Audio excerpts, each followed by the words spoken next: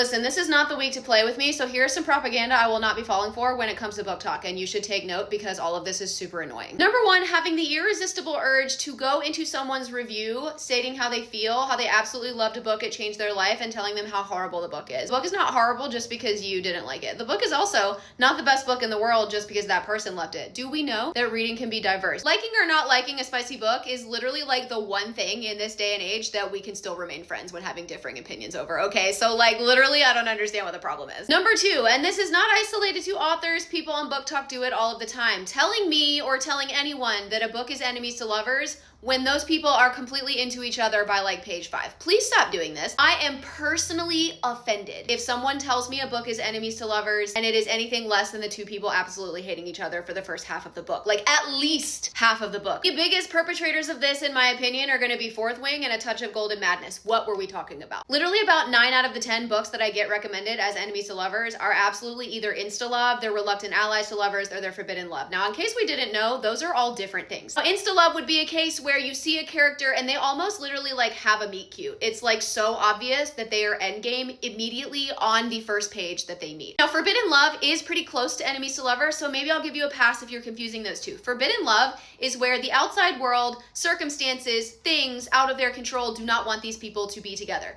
Do they oftentimes think that they don't like each other and think maybe they shouldn't be together? Probably yes, but there is no actual enemy substance happening here. And then we have reluctant allies, or sometimes similarly rivals to lovers, where it's someone you're in a competition with, or it's someone that like you kind of don't really like, they get on your nerves, but you agree to help each other out for the common good. Those are not enemies. You would not help your enemy out. Now, if you want my recommendation on books that are true enemies to lovers, Feathers So Vicious by Liv Zander, Zodiac Academy, Sins of the Zodiac, Never Keep an Echo For. Number 3, these two kind of are like a mashup and they're really weird, but I promise they go together. Saying that audiobooks do not count as reading. Saying that anybody who reads romantasy, dark romance, anything spicy is not a real reader. If I hold a book up and I scan the words, I'm reading the book. Who made up the rule that we had to be reading like Shakespeare to be actually reading anything? Now let me ask you a question. If I read a book physically with my eyeballs and my best friend listened to the same book on an audiobook format, and we got together and us two had a book club meeting where we were asked the same questions, we were asked about the story,